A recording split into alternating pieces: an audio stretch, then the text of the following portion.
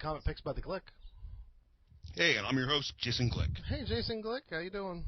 Hey, I'm doing good, John. How about you? Oh, I'm just fine. How are things? Well, we got what do you have for us this time?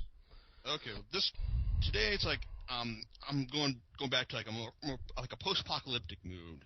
Because not any particular reason, but just like a couple of things that I've had for a little while, more recently that all happen to fall into like into a post-apocalyptic setting, and I figured, hey, just toss them all together and just like make a show out of it. Okay. All right. Now, first thing I got right here is something I've had for a while, since like a couple months back, and this is Crossed by Garth Ennis and Jason Burrows. Now, okay. Now longtime readers will know that I love Garth Ennis to death.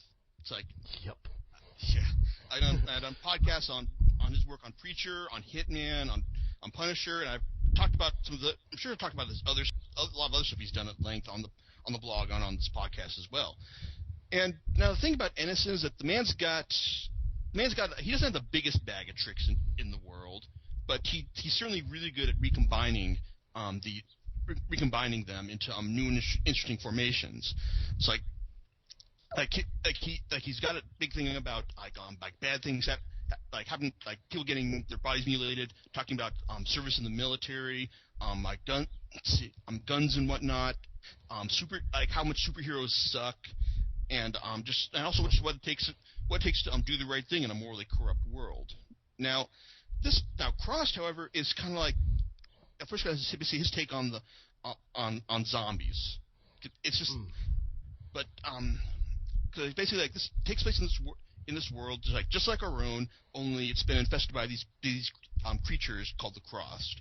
Now no one knows like where this infection started, like how it began, but basically the Crossed are individuals with cross-shaped scars on their faces, and they are just like the meanest, scariest sons of bitches you can imagine. It's like they still have human knowledge, human intelligence, but whatever keeps them from all the things that in our minds that keep us that keep us acting on our own worst impulses, from like in order to that allow us to work with each other to make sure that we survive as a species. Mm-hmm. All that stuff has been shut off, and these guys are just out to just fuck everyone over in the worst way imaginable. Literally in most cases as well, because these guys, these things just love to fuck, to eat, to kill, everything. It's the worst. Everything. It's everything carnal. Yes, it's all of humanity's worst impulses given physical form. And the thing is that in this particular iteration of Ennis's bag of tricks, this actually takes them into Stephen King territory, in the sense that you've got bad things. What happens when bad things happen to ordinary people? And you've got your standard group of survivors, led by this one woman and her son, who she's got enough knowledge and know-how to keep everyone alive and moving, and it's just follows these characters as they try to survive, basically in a world where there is no easy solution. This isn't a movie where things are going to get better and we're going to find a way to reverse the infection and get things back to normal at the end. No, this is our lives, and all we've got to look forward to is just another day when we're able to draw breath. Now, and it's and Ennis does a good job in fleshing out the characters, especially the main glasses. I can't remember his name off the top of his. The main guy, he's the guy who's narrating all this. He's just your average low key Ennis hero, the kind of guy the unassuming guy who's just he's ordinary. He's just he's kind of soft. He doesn't have particular goals aside from maybe eventually trying to have sex with the lead girl at some point, but you get to see him grow out of that mentality, and basically grow into something that allows him to actually function as a real human, and someone you can respect as things go on, as he realizes that, hey, it's more, we don't it's sure we'll be able to survive against these things, but no, what is it worth if we're not able to still be human at the end of the day?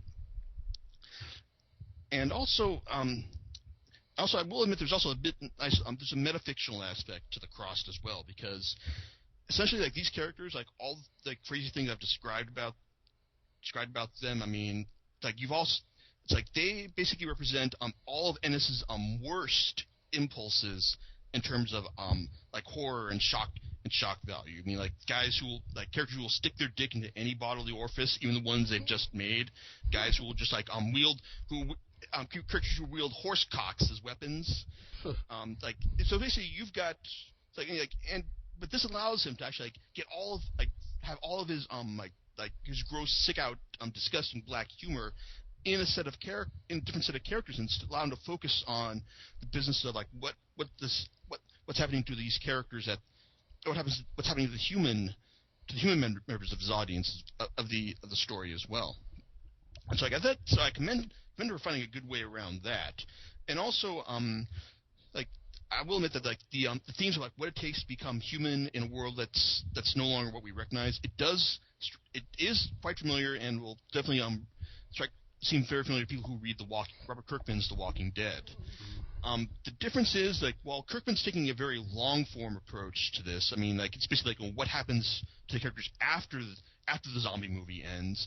With Ennis, I mean, these 10 issues that are collected here, I will admit, even if it covers a lot of the same territory, the short page count, the smaller page count he's having to work with here does actually force him to speed things up and give it more energy. Like, it's quite literally a go for the throat like approach right here. Like, he'll deal with like certain issues that would take Kirkman a whole volume. And I'm not saying that either approach is right or wrong, but it's just that it's a different approach. And like, well, Crossed is really like a big shot of adrenaline. It's like driving you throughout these 10 issues. It's probably good that like something like this is best taken in small doses, as opposed to The Walking Dead, which Kirkman knows how to pace things so that 12 volumes in, and we're still like dying to know what happens next. Now, Crossed, in a usual fashion, is going to be expanded onto an ongoing series from creators who aren't Ennis and Burroughs. Oh, one thing, Jason Burroughs, I do tend to give artists a short shrift here on this podcast, but I will say that Burroughs does a great job with all the characters, all the violence. I mean, his work here recalls stuff that Ennis's frequent collaborator Steve Dillon does right here in his skill with body language and character emotion. It's great stuff right here. Oh, and also one thing I also want to talk about this volume is that in one of the early chapters, there's one of the guys here who basically, he's kind of like the geek type character who basically thinks we're still living in the movie, and we just have to find the right way to allow them to fight back. Mm-hmm. But the thing is, like, John, if you saw this guy, you'd swear that he bears a not inconsiderable resemblance to one of our buddies on No Podcast for Old Men. So, I mean, you look at this, and like basically Ennis is saying that, hey, like, in this new harsh world that is ruled by the Crossed, the geeks will be the first to die. No. Yeah. So when that happens, when the Crossed apocalypse happens, we're fucked. So, but still, like, this series is going to be elaborated on by creators who aren't Ennis and Burroughs, and the first series, which is ongoing right now, Family Values by David Lapham. It's interesting because, Ennis does throw a lot of morally ambiguous situations right here. Lapham it's really doing something that I almost consider beyond the pale, because basically his volume basically centers around a child molester who basically winds up leading this group of humans and in order to survive against the Crossed. And basically, he's insinuating that this guy's scary mindset is what allows him to have the means to survive against these crazy things. I mean, it's scary, disturbing stuff, but I'm kind of intrigued by the premise of a series that tries to that's trying to find some constant one-upsmanship to see who can develop the most morally ambiguous scenarios and characters. So I'll be looking forward to that, and you can expect a full report once Lapham's volume is finished, and the collected edition is in my hand. Now, that said, moving on to something that is far less morally ambiguous and far less intelligent. Well, actually, no, I don't even want to say it because I haven't proved that this series even had a brain to begin with. I'm talking about Wolverine, Old Man Logan by Mark Millar and Steve McNiven. Now, most people will probably recall that I did my best to rip Miller a new one after his work after I read through Kick-Ass earlier this year. It's still absolutely terrible. I'm not taking anything back about that, but I will say that Wolverine Old Man Logan is definitely more readable, if only for the fact that like I said, it's not asking us to take any of this stuff that's happening in this volume seriously.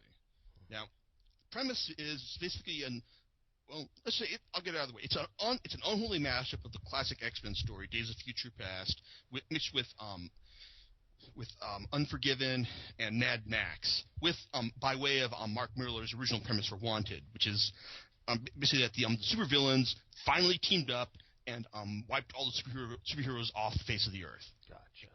Yeah, except for Wolverine.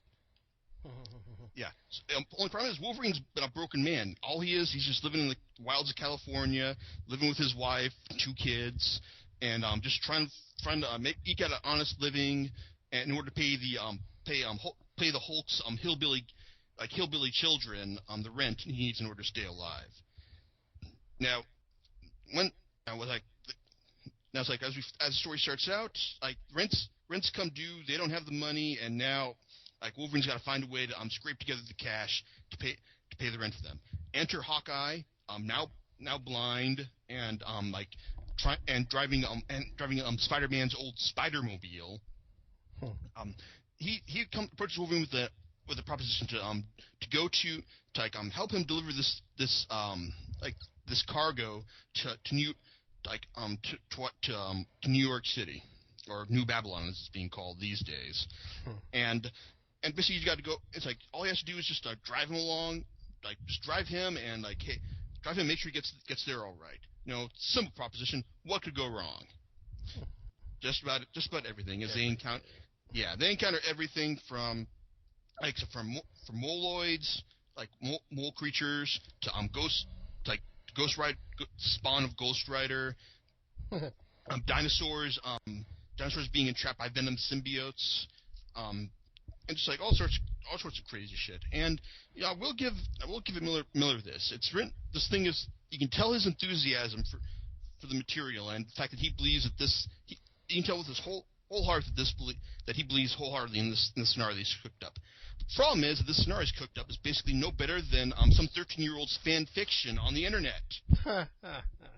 Yeah, because basically it's the way it works out. It's like there's no it's just like all this stuff is kind of like just like he's just presenting it in a way that's like, what if Wolverine was like, he was broken, man, and then he's got Hulk's out there, he's ruling California, he's got hillbilly grandchildren, because like the only person he could have sex with was She-Hulk, his cousin, and then now it's like, what if he came with Hawkeye, who was blind, man? Having him blind makes him more awesome because he can still shoot shit, because he can hear them, just like target them by the sound of their voice. Oh, but then he's also got his daughter called the Spider Bitch, because she's like the descendant of Peter Parker and stuff like that. And then you've also have the Venom taking over. Yeah, Venom taking over dinosaurs, man. Oh, and then they're also driving the Spider-Mobile, because like the Spider-Mobile, it's the stupidest thing ever, but it's also cool, man, because it's like it does everything that Spider-Man can, only it's a car. And then, what if we found a way to do this when with the Red Skull, who organized superheroes, and then organized all the supervillains, and they got them to take over the world, because there's so many more supervillains that are superheroes, and it's just like that for 8 freaking issues. And if I was 13 years old, I would have thought this was the goddamn coolest thing ever. But Right. As I am not 13 years old, and it's kind of like stuff like this makes you wonder, did Mark Millar have talent to begin with, or was I just blinded by the hype around him at the time? It's like, but still, Miller at least does know how to work with great artists.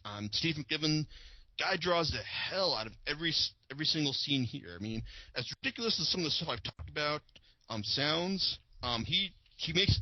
I will admit that he does make it look very cool, and it's like, and on one hand, it's like it's.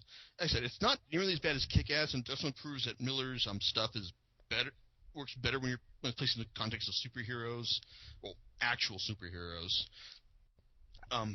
But overall, it's like this is just kind of like it's just like I said, it reads like fan fiction, and it also sets things up for a proposed sequel that I've heard him talking about at the end, and I don't know, it's like it seems like he's at the end he's moving on from like ripping off Unforgiven and Mad Max to ripping off Lone Wolf and Cub, but we'll see where that goes, or even if that goes anywhere. If I decide to pick the next volume winner if it gets released, but all I'll say is that hey, there's better Wolverine stories out there, and expect some sort of podcast on when I go back and reread Mark Miller's other work, just to clarify, so I can get a better understanding of was it has he just gotten worse over the years, or was he just terrible to begin with? Sorry, Mark, but that's how I see it right now. He's going more commercial, you may think. Not. I don't know. Man's always been pretty commercial. It's like he's always had the man's like an incredible huckster. It's like he's kind of like he's great at drumming up enthusiasm for all of his projects by making like all sorts of outrageous claims. Like at one point he said that Eminem was going to be the star of Wanted, and even had the artist draw the main character to look like Eminem. And it's like that's kind of like stuff that he does, and like like as ridiculous as it sounds, it does get a lot of people excited about this stuff. And it'd be great if people that could actually find a way to learn from what he's done, so they can hype their own stuff to this extent. But as it is, like I said, I need to go back and start rereading some of his stuff, just see if it's just me, or if it's me, or if it's the work itself. Okay, but speaking of things that have regrettably gotten worse over the years, or not necessarily gotten worse, but just like ended on a bad note, I talk about the latest volume of the Dark Tower, Battle of Jericho Hill. Now, I did a podcast on this a while ago, and I talked about how like it was a series that I liked, but it could have and should have been better because of the way that I wish the series had flowed more like an actual comic book rather than just like a series of illustrated pictures with text.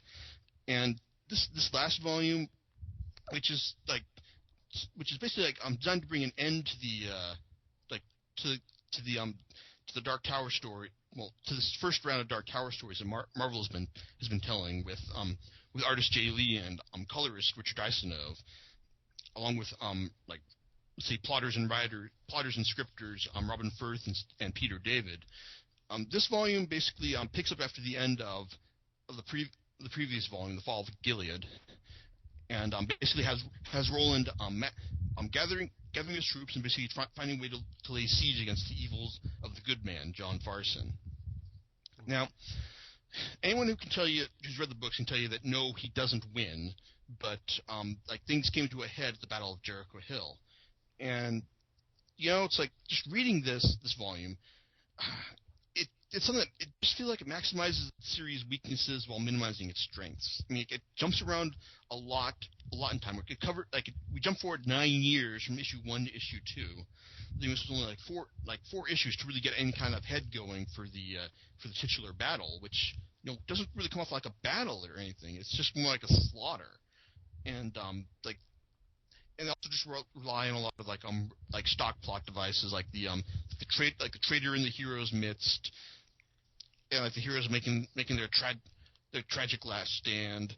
It's like I wanted more from this, but just the end. It's like, as one of my buddies point out to me, it's like wait, and finishes up. You figure that Roland just wouldn't let it end like this. Like he would go out and straight out murder John Farson for what he does to the guys at the battle. But no, that's not what happens, and you're just kind of left with a that's it. It's like it's another definition of like a we gotta wrap the story up now type tale. So I mean it's like Jay Lee's art, it's as good as it's been throughout the course of the series. I just wish that we had gotten more of a like a sequential art version of the story rather than just like text with pictures. I mean like some of the stuff like I said I'd love to have like some of this, like this stuff is worthy of framing, but as it is, it's just kind of like I just wish I'd kind of gone for more comic book oriented style. Still, I am kind of interested in the next volume because actually going to be working with one of my favorite artists, Sean Phillips, and it's not entirely clear whether or not they're actually going to be adapting the first volume of the Dark Tower, the Gunslinger, or if they're just going to be continuing on the story from here. But like it's. Like I say, I'm hoping against hope that this next volume is going to be good, but I can at least tell you it's going to look great because of Sean Phillips, because the man does not do bad work. But beyond that, well, I'll let you know. I'll let you know about 6 months or so when the hardcover arrives. Yeah. So, and on that note, we're going to call it a night, and I'll be back in 2 weeks talking about more comics related business. Okay, well, until then, we'll see you next time. Okay, laters. Late.